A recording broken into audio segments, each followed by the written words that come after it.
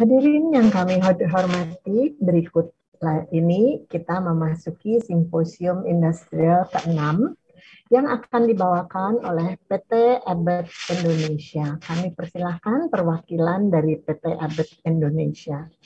Waktunya juga 20 menit. Terima kasih Dr. Helen Santoso atas pengantarnya kepada Industrial Symposium dari Ebet Core Diagnostik. Dan juga kami mengucapkan terima kasih atas fleksibilitas dari Panitia INAEKAS sehingga memberikan kesempatan kepada Ebet Core Diagnostik mempunyai kesempatan untuk partisipasi di dalam Industrial Sympo ini.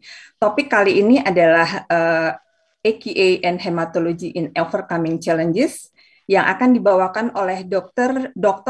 Tri Ratnaningsih MKes SPPK, konsultan hematologi dan konsultan bank darah dan kedokteran transfusi. Beliau sekarang menjabat sebagai Kepala Departemen Patologi Klinik dan Kedokteran Laboratorium FK-KMK Universitas Gadjah Mada. Dr. Ratna, untuk tidak membawa waktu, kami persilahkan untuk memberikan paparannya. Kami akan mengingatkan, ataupun nanti Dr. Helen pasti selalu mengingatkan ya tadi, bila 5 menit sebelum berakhir. Kami persilahkan Dr. Ratna. Mohon maaf, baru dipersilahkan untuk lanjut. Makasih Mbak Maya atas perkenalannya. Makasih kepada panitia, luar biasa nih acaranya mengikuti dari kemarin, sangat berisi ya. Kemudian juga terima kasih kepada Ebet yang memberikan saya kesempatan untuk memberikan satu sharing ya mengenai PME di bidang hematologi. Saya share screen ya. Apakah sudah terlihat Mbak Maya? Sudah dokter, tinggal di slideshow ya. Ya. Oke. Terima kasih. Jadi beberapa hal yang akan kita diskusikan di sini adalah mengenai bagaimana kalau kita mendapatkan satu kesempatan ya untuk mengadopsi teknologi baru atau brand baru ya atau alat baru di satu laboratorium kita, maka kita diharuskan untuk melakukan verifikasi untuk alat tersebut ya. ICSH dan CLSI sebagai suatu asosiasi internasional yang independen telah memberikan arahan yang sangat jelas kepada kita bagaimana melakukan evaluasi untuk hematologi analyzer yang akan kita running di tempat kita. Nah, kita bisa mendownload banyak panduan guidelines ini ya. Biasanya kalau ICSH itu melalui jurnal hematologinya, ICLH itu bisa open access ya, kita bisa mendownload dengan gratis, tapi kalau untuk CLSI itu kadang harus berbayar. Ya. Nah, beberapa hal yang perlu kita verifikasi adalah mengenai presisinya ya, bisa itu within run, kemudian between day, kemudian bagaimana performa carry over-nya, kemudian kemampuan linearitasnya, stabilitas sampel di lab kita masing-masing. Kemudian juga kita diharapkan menetapkan reference range ya atau reference interval untuk masing-masing laboratorium. Kemudian juga diharapkan kita melakukan komparasi dengan alat yang selama ini kita lakukan untuk pelayanan pasien. Dan dua hal yang terakhir adalah kita mengkomparasi hasil differential counting yang keluar dari alat maupun flaggingnya ya kita validasi dengan hasil pemeriksaan kita secara mikroskopis. Berikut penelitian atau uji verifikasi yang kita lakukan di Rumah Sakit Umum Pusat Dr. Sarjito untuk alat Alinity ini. Ya, ini kami tampilkan singkat-singkat saja. Secara singkat untuk presisi within run, kita diharapkan melakukan replikasi 10 kali. Di sini kita lakukan 20 kali dan bagus hasilnya. Semua CV rendah ya, tidak melebihi CV yang ditetapkan oleh panduan CLSI maupun ICSH. Begitu juga dengan presisi hari ke hari, ya, kita diharapkan melakukan pemeriksaan selama 20 sampai 30 hari berturut-turut dan kita lakukan selama 20 hari, hasilnya juga sangat bagus dengan CV yang sangat rendah, tidak melebihi nilai CV yang ditetapkan.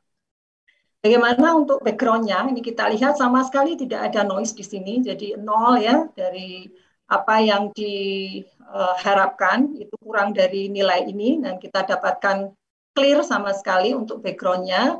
Kemudian untuk carry over, hal ini sangat penting kita lakukan karena akan sangat impact-nya ya terhadap klinis. Misalkan kita melakukan running beberapa kali pasien, nah kalau carry over itu ada pada alat kita, hal ini akan sangat membuat decision klinisnya bisa keliru ya, karena yang harusnya pasien itu trombositopeni, tapi karena ada carry over dari sampel terdahulu, maka akan terjadi angka trombosit normal yang palsu. Dan dari hasil tes carry over kita dapatkan di sini nilainya juga sangat kecil ya, kurang dari limit yang ditetapkan oleh panduan. Nah, bagaimana kemampuan linearitasnya? Untuk linearitas ini kita diharapkan untuk melakukan dilusi ya, ada 5 konsentrasi, dan kemudian kita lakukan 4 kali replikasi, kita tes, kita running, dan linearity-nya ini diharapkan lebih dari 0,99 untuk nilai R-nya, korelasinya, dan kita dapatkan untuk hampir semua parameter ini lebih dari 0,99 ya. Dan hanya satu ini 0,988 sekian ya, bolehlah dibulatkan menjadi 0,99. Jadi artinya untuk linearity-nya juga bagus. Bagaimana untuk stabilitas sampel? Nah, ini perlu kita lakukan karena kondisi lab satu dengan lainnya berbeda ya. Bagaimana suhunya, kelembapannya, sehingga ICSH maupun CLSI mengarahkan kita untuk melakukan uji ini. Kita lakukan pada dua kondisi, yaitu pada suhu kamar dan juga pada suhu refrigerator. Kemudian kita lakukan pemeriksaan itu pada 4 jam pada sesaat setelah pengambilan, kemudian dibandingkan apabila ada delay 4 jam, 8 jam, dan seterusnya sampai 72 jam. Kita bisa lihat di sini hasilnya bahwa yang paling terdampak cepat adalah trombosit dan leukosit ya, yang keduanya akan berubah secara signifikan setelah 8 jam. Sedangkan untuk hemoglobin dan red blood cell relatif stabil, bahkan sampai 72 jam untuk hemoglobin, dan eritrosit sampai 1 hari atau 24 jam. Pada penyimpanan ya, pada suhu 4 derajat Celcius, maka hampir semuanya mengalami lebih stabil. Ya, di sini kita lihat untuk trombosit hanya sampai 24 jam, tetapi untuk hemoglobin bahkan sampai penelitian ini usai 72 jam masih belum ada perubahan yang signifikan. Nah, untuk reference interval ini yang paling merepotkan sebenarnya ya, tapi memang bagaimana ini merupakan suatu arahan dari CLSI maupun ICSH, laboratorium itu sebaiknya mempunyai referencing sendiri ya, menetapkan sendiri. Dan ini yang pernah kita lakukan untuk pendahulu dari Alinity, yaitu dari menggunakan sel dendrochromie waktu itu. Kita lakukan pemeriksaan pada general check up, kita dapatkan subjek lagi 180, sedangkan wanita 190. Ya, untuk panduan penetapan reference range ini 60 cukup ya, 60 dari laki-laki, 60 perempuan, kemudian bagus lagi partisi sesuai umur, apakah itu dewasa atau anak-anak. Dan di sini memang cukup ketat karena kebetulan medical check up, jadi parameter-parameter kimia juga kita masukkan di sana, jadi hasil ini memang mewakili healthy population ya, populasi yang sehat. Dan berikut hasilnya.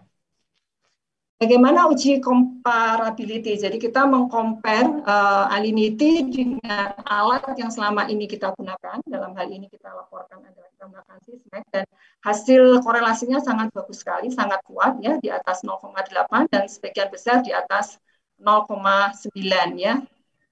Kita juga bisa melihat dari slope maupun intercept-nya. Nah, untuk perbandingan dengan mikroskopis, untuk baik itu diferensial leukosit maupun kemudian validasi adanya flagging, ini masih dalam analisis. Yang berikutnya adalah kemanfaatan kita mengikuti PME ya. Kita akan bisa menjawab berbagai pertanyaan ya, apakah hasil laboratorium kita itu sudah komit ya, kualitasnya sudah bagus, kemudian apakah sudah sesuai dengan apa yang dibutuhkan untuk akreditasi, apakah bisa disebandingkan atau disejajarkan dengan laboratorium lain. Nah, pertanyaan-pertanyaan ini hanya bisa terjawab apabila kita mengikuti pemantapan mutu eksternal ya. Tidak bisa kita hanya melakukan uji kualitas harian di laboratorium masing-masing. Nah, secara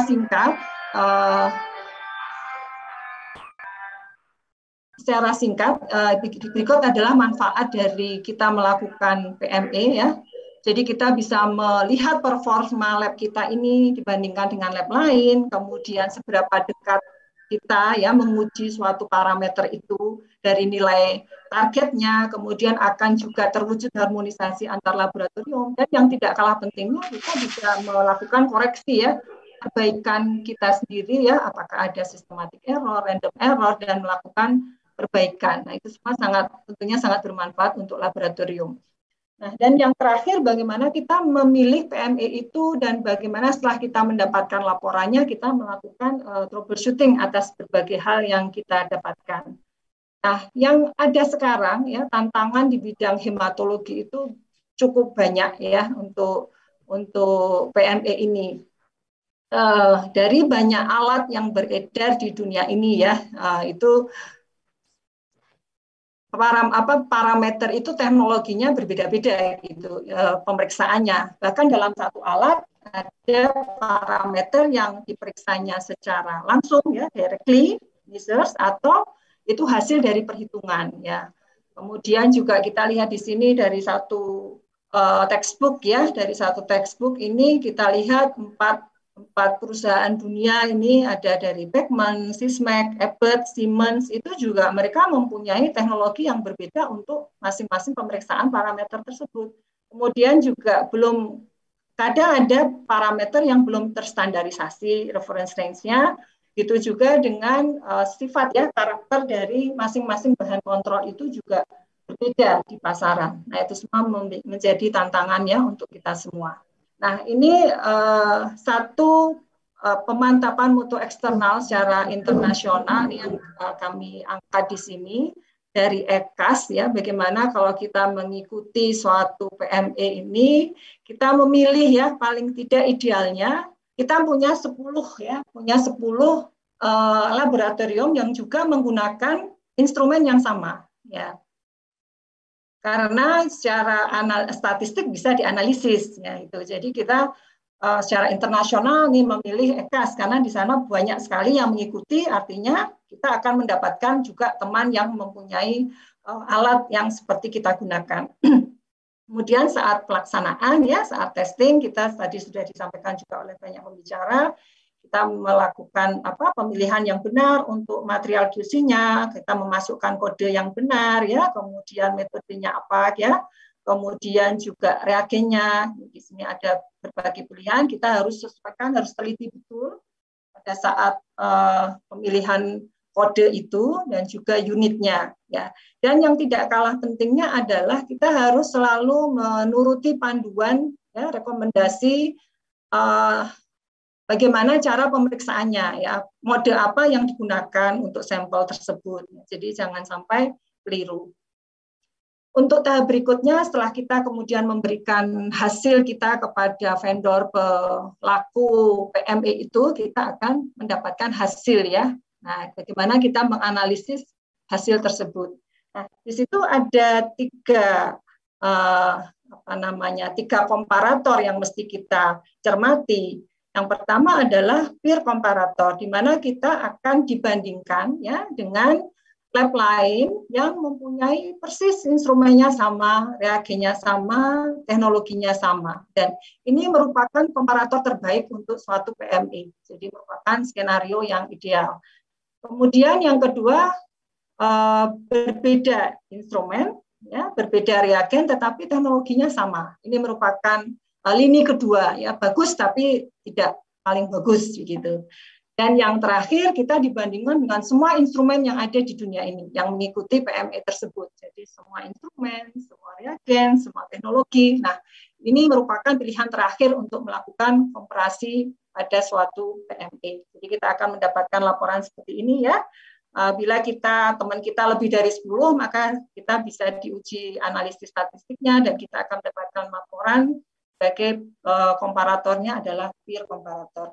Dan diharapkan semua nilai ada di Z-score yang kurang dari 2. Ini kalau 2 sampai 3 kita akan mendapatkan warning ya, kemudian apalagi kalau lebih dari 3 mendapatkan tanda merah seperti ini. Nah, ini semuanya syukurlah kita mendapatkan contoh di sini ya, hijau semua, artinya pas ini, oke, untuk semua parameter yang diujikan.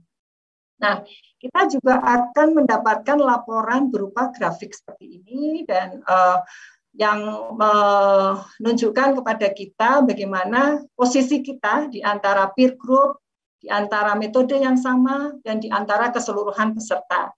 Kita lihat di sini Z-score-nya ya, Z-score-nya semuanya sangat kecil ya, dan tidak ada yang lebih dari 3. Jadi ini diterima ya, accepted ya, bagus gitu. Nah, tidak hanya sampai di situ, kita harus kemudian melihat bagaimana tren kita dalam 1 tahun. Kalau EKAS itu kan tiap bulan ya, tiap bulan. Jadi kita harus melihat juga tren kita untuk tiap bulannya bagaimana. Nah, kita bisa melihat di grafik ini dari selama 1 tahun di tiap bulannya. Ini adalah tren bulanan untuk EKAS ini. Bagaimana performa instrumen kita. Kita lihat di sini. Bagus ya, semuanya ada di kurang dari 2 SD, bahkan mungkin ini kurang dari 1, ini ada yang 3/1. Dan ada variasi ya, ada yang di atas, ada yang di bawah nilai target, min target, tetapi semuanya masih dalam kurang dari 1, Z-score-nya masih kurang dari 1. Nah, ada satu grafik lagi yang menarik untuk kita cermati adalah bagaimana pola kita ya, bagaimana pola instrumen kita, performa dia untuk mengukur analit dengan kadar yang rendah, yang sedang maupun yang tinggi. Nah, ini untuk yang kadar rendah, kita lihat di sini hampir semua titik ya terkumpul di min target ya, di min target. Nah, jadi bisa dikatakan di sini presisinya lumayan bagus. Tetapi kita lihat garis imajinernya ini kemudian akan melebar pada kadar yang tinggi. Jadi performa alat kita ini masih bagus juga, kita lihat bahwa Z-score-nya masih kurang dari 1, tetapi sudah ada kecenderungan melebar ya. Kemudian juga dots-nya ini kemudian sudah menyebar, sedikit menyebar. Nah, ini perlu hati-hatian kita bahwa sebenarnya performance alat ini masih harus ditingkatkan lagi supaya nantinya ke depannya tidak penyimpangan itu semakin lebar. Nah, ini juga gambar yang sangat baik untuk kita belajar bersama di sini bahwa dari gambar ini terlihat ya variasinya ada di atas, di bawah min target, tapi hati-hati ini pada bulan Oktober tahun kemarin ada nilai yang ini di atas 2 ya. Di atas 2 ya Z-score-nya. Jadi ini nilainya tidak bagus ya. Kemudian kita lihat bagaimana instrumen itu mengukur analit dengan kadar yang rendah. Nah, ternyata ini ya pencapaiannya sangat terlihat di sini dari titik-titik ini dan bahkan ada yang melebihi 2. Nah, ini Dokter Ratna, reminder 3 menit lagi ya Dokter Ratna. Mbak Mai. Jadi di sini performa dia instrumen itu ada analis yang bagus, tetapi untuk kadar yang tinggi dia relatif bagus. Ini juga perlu dikoreksi ya untuk alat kita. Nah, sekarang bagaimana kita membandingkan tadi ya dengan peer group kita. Apabila hasil itu ternyata di luar ya, di luar dari apa yang diharapkan. Kita harus menilik parameter apa yang terimpact, kemudian apakah parameter itu dilakukan pemeriksaan secara langsung ya atau merupakan hasil perhitungan. Kalau merupakan hasil perhitungan, kita harus menilik lagi, yaitu hasil hitungan dari apa. Misalkan MCV nih, hasilnya perhitungan, mungkin berarti dia dari RBC dan hematokrit. Nah, kita lihat bagaimana bias dan CV dari masing-masing parameter yang relevan tadi. Kita lakukan kalibrasi kembali, kemudian kita lihat lagi bagaimana saat kita melakukan pemeriksaan tadi, sampel penanganannya bagaimana, kita apakah sudah fit dengan protokol yang diberikan. Dan jangan lupa dokumentasikan semuanya untuk aksi perbaikan. Nah, ini problemnya. Apabila komparator kita adalah all result ya, kita tidak dikasih nih komparasi antar peer ya, karena mungkin kurang dari 10. Ya. Nah, kita bisa meminta kepada vendor kita ya, misalkan di sini Abbott untuk memberikan raport internal QC kita dibandingkan dengan pengguna Alinity di seluruh dunia. Nah ini ada sistem program yang namanya Abstract Startling Program, jadi sangat diuntungkan sekali. Di sana kita bisa membandingkan hasil kita dengan pengguna Alinity lainnya. Nah kita akan merasa aman apabila memang sebenarnya hasil kita itu kurang ya dari 2 SD. Tapi kalau ternyata kita pun dengan peer kita tidak bagus hasilnya, maka tindakan koreksi tetap harus dilakukan seperti yang kami sebutkan tadi. Ini satu lagi ya Mbak Maya, karena ini real case dari INAEKAS. Monggo. Kita bisa belajar di sini. Untuk hasil dari instrumen kita ini, pemeriksaan ini, dibandingkan dengan seluruh peserta bagus nih, ya. Idenya tidak lebih dari 3. Tetapi mengapa setelah dibandingkan dengan alat dan metode hasilnya malah tidak bagus ya? Dan ada arahan ya dari ini bahwa apakah kita lihat pengerjaannya bahan kontrol sesuai pelaksanaan atau tidak. Nah begitu dirunut kembali ternyata ada kesalahan pada saat memasukkan mode pemeriksaan. Jadi harusnya CBC saja, ini mungkin CBC dengan diff. Harusnya kita hanya perlu mengukur total nucleated cell saja ya, sesuai dengan arahan dari ini ya vendor PME-nya. Nah, jadi ini perlu dikoreksi hal seperti ini.